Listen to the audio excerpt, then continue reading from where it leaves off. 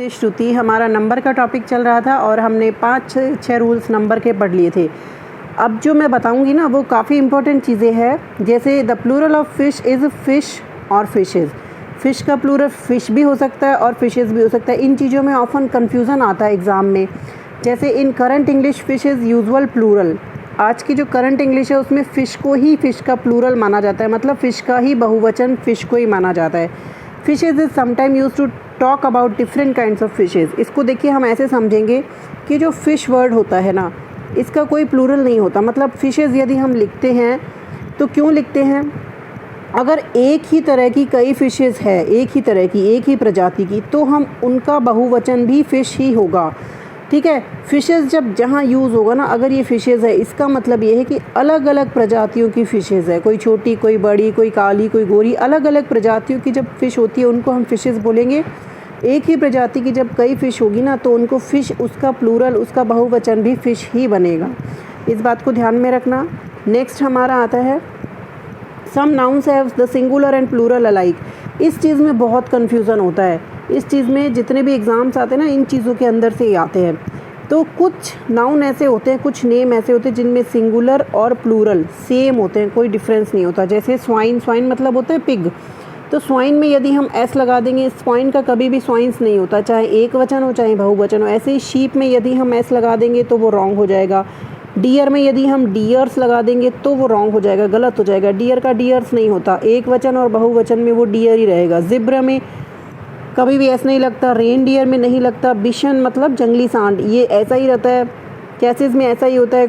उसके अलावा code, trout, salmon, हेलीबट, ये चारों एक तरह की फ़िश होती है, फ़िश के नाम है ये।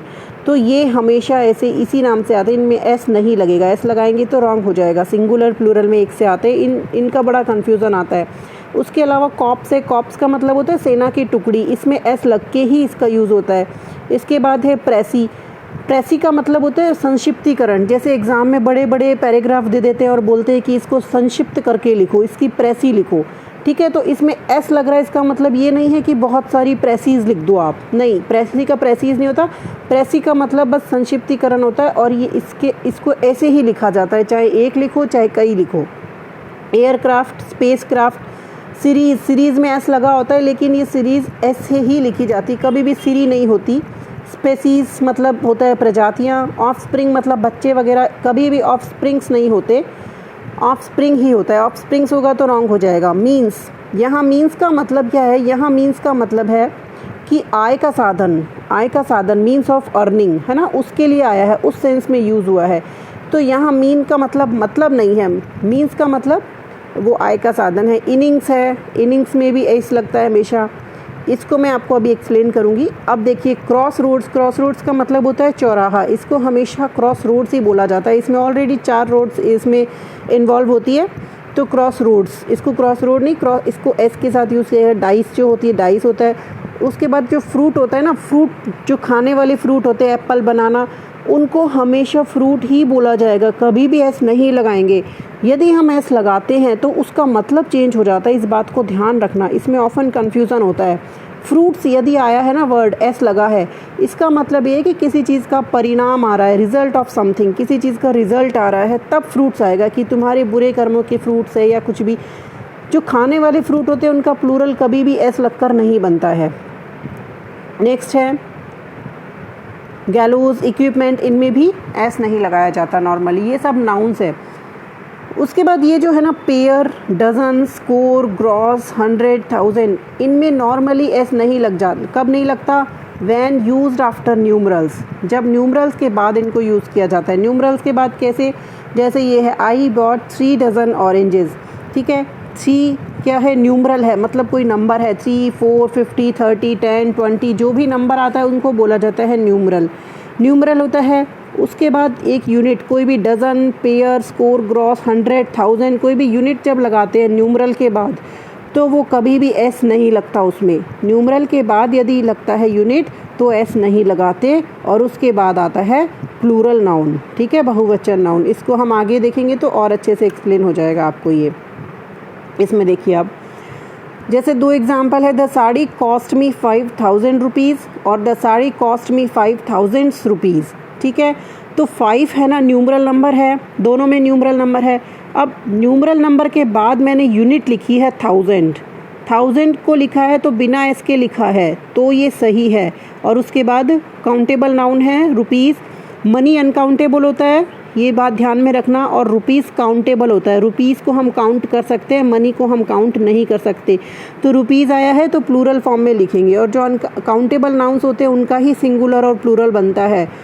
ये मैंने पहले की वीडियो में अच्छी तरह समझा दिया। आपको और समझना हो तो वीडियो देख लेना जाके पहले वाले। अब इसमें है द साड़ी कॉस्ट में 5000 रुपीज़ है ना, तो यहाँ जब एस लगाए ना तो ये रॉन्ग हो गया, क्योंकि पहले नंबर दे रखा है, न्यूमरल दे रखा है, न्यूमरल के बाद एस नहीं लगेगा। ठीक है, अब आगे देखते हैं। नेक्स्ट है न्यूमरल वर्ड प्लस नाउन, कैसा प्लूरल आ गया तो वर्ब भी प्लूरल लगेगी। इस बात पे विशेष ध्यान देना कि जैसा हमारा नाउन होगा ना वैसी ही हमारी वर्ब होगी। यदि नाउन सिंगुलर है तो वर्ब भी सिंगुलर होगी, नाउन प्लूरल है तो वर्ब प्लूरल होगी। ये सभी सेंटेंस में इस बात का ध्यान रखना होगा।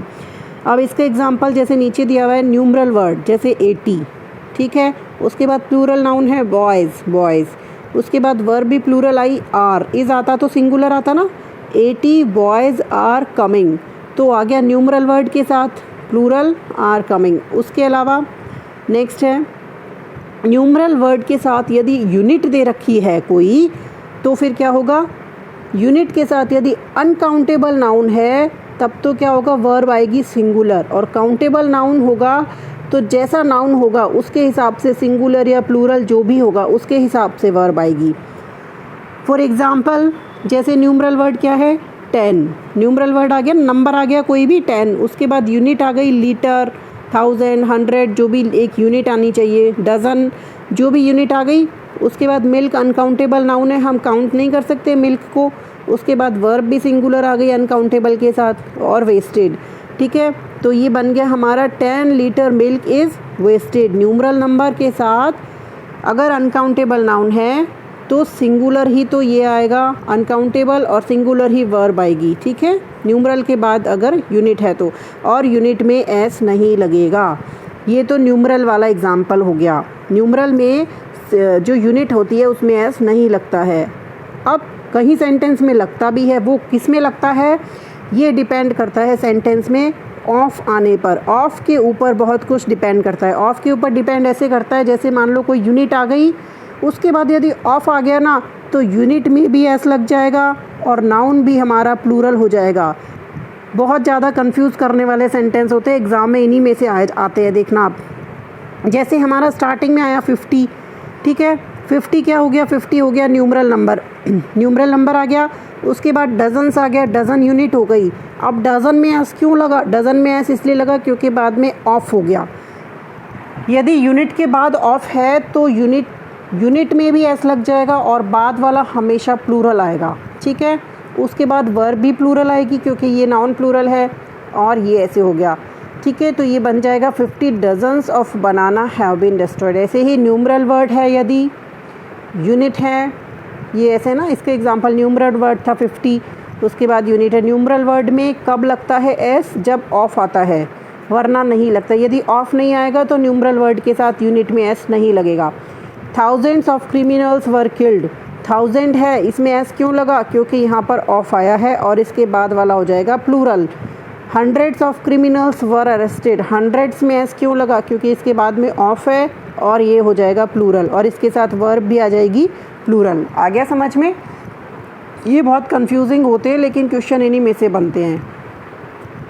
आगे नेक्स्ट देखते हैं। नेक्स्ट इसका रूल बनता है, some nouns are used only in the plural. कुछ नाउन्स ऐसे होते हैं जो प्लूरल में ही यूज़ किए जाते हैं, चाहे एक हो चाहे कई हो। जैसे हम एग्जांपल देखेंगे, name of instruments which have 2 parts forming kind of pairs, जिनके 2 भाग होते हैं, मतलब 2 भाग का जो पेयर बनाते हैं। कोई भी चीज़ हो उनको हम प्लूरल ही मानेंगे, उनको सिंगुलर में नहीं, चाहे वो एक ही चीज़ हो उनको प्लूरल माना जाएगा हमेशा। जैसे बेलोज का मतलब फूंकनी टाइप होता है कुछ। सीजर्स तो सभी को पता होती है कैसी होती है, कैंची होती है ना, लाइक दिस, ऐसी होती है। तो ये सीजर्स जो होती है, इसको ऐसे यहाँ से पकड़ते हैं ना, तो इसके ये 2 भाग हो गए ना, तो कभी भी सीजर नहीं बोला जाता, सीजर्स एस लग कर ही बोला जाता है। यदि आप सीजर बोलोगे तो रॉन्ग होगा। सीजर्स ही बोला जाता है। टोंग्स, टोंग्स का मतलब होता है चिमटा, चिमटे के 2 भाग होते हैं। टोंग नहीं बोला जाता, टोंग्स ही बोला जाता है। पिंसर्स, पिंसर्स भी ऐसे ही इंस्ट्रूमेंट होता है, प्लास टाइप कुछ ऐसा करके। स्पेक्टेकल्स, हम बोलते हैं ना चश्मे को स्पेक्ट्स, स्पेक्टेकल रॉन्ग होगा, स्पेक्टेकल्स ही होता है, चश्मे के लिए जो यूज़ होता है। यदि स्पेक्टेकल कहीं आता है इसका मतलब होता है नज़ारा, लेकिन स्पेक्टेकल्स, स्पेक्टेकल्स का मतलब होता है चश्मा। चश्मे के लिए जब भी आएगा ऐसा लग के आएगा। उसके बाद name of certain articles of dress, dress के कुछ पीसेस होते हैं जिनको हम हमेशा ऐसे लगा कर यूज़ करते हैं, जैसे ट्राउज़र्स, ट्राउज़र्स के 2 भाग होते हैं, ठीक है। ट्राउज़र्स, कभी भी ट्राउज़र नहीं बोला जाएगा। ड्रावर्स को भी ड्रावर्स ही बोला जाएगा, ड्रावर नहीं। ब्रीचेस, ब्रीचेस भी निक्कर टाइप होता है, ब्रीचेस को भी ब्रीचेस, जीन्स को भी जीन्स, टाइट्स को टाइट्स, शॉर्ट्स, पायजामाज, ठीक है। पेंटालून्स या पेंट्स, पेंट नहीं बोलते, यदि आप लोग पेंट बोलते हो दिस इज़ रॉन्ग, पायजामाज बोला जाएगा। सर्टेन अदर नाउन्स, उसके अलावा कुछ नाउन्स ऐसे होते हैं जिनमें भी एस लग कर ही यूज़ किया जाता है, जैसे एनल्स। एनल्स का मतलब होता है आपका जो ईयरली, पूरे साल का जो लेखा जोखा होता है, दैट इज़ ईयरली रिकॉर्ड, ठीक है। थैंक्स, थैंक को यदि नाउन के रूप में यूज़ करते हैं तो वो रॉन्ग होगा, ठीक है, थैंक्स ही बोला जाएगा। प्रोसीड्स, प्रोसीड्स बिजनेस से रिलेटेड होता है। टाइडिंग्स भी न्यूज़ वगैरह होती है, उसको बोलते हैं टाइडिंग्स। न्यूज़, इन जैसे न्यूज़ में भी ऐसा लगता है ना, अगर न्यू होगा तो इसका मतलब तो कुछ नया हो जाएगा, न्यूज़ में हमेशा ऐसा लग के आता है, ऐसे ही टाइडिंग्स का मतलब न्यूज़ ही होता है। एनवायरंस मतलब आसपास का एटमॉस्फेयर, एनवायरनमेंट से रिलेटेड, ठीक है। नप्शियल्स, नप्शियल्स होता है वेडिंग वगैरह, शादी से रिलेटेड होता है। ऑब्सेक्वीज, असेट, चैटल्स, इन सब में भी ऑब्सेक्वीज होता है जो फ्यूनरल राइट्स होते हैं, जो मतलब कि डेथ के बाद जो भी क्रियाक्रम वगैरह किए जाते हैं, दैट इज़ ऑब्सेक्वीज। एसेट्स का मतलब होता है प्रॉपर्टी से रिलेटेड, अपनी जो पर्सनल। चैटल्स का मतलब होता है पर्सनल पोजीशन, अपना जो अधिकार होता है जिन चीज़ों पर, तो इन सब के ऊपर एस लग के ही इनको नाउन के रूप में यूज़ किया जाता है, ठीक है। तो इतना आप लोग ध्यान में रखिएगा। अब इससे आगे अभी नाउन और भी बचा हुआ है, तो वो मैं नेक्स्ट वीडियो में लेकर आऊँगी। तब तक आप इनके नोट्स बनाते जाइए और इनको याद करते जाइए साथ साथ में, और चैनल को सब्सक्राइब कर देना ताकि फिर नेक्स्ट वीडियो में आपके लिए मैं और कुछ लेके आऊँगी तो आपको पता चलता रहे। Thank you.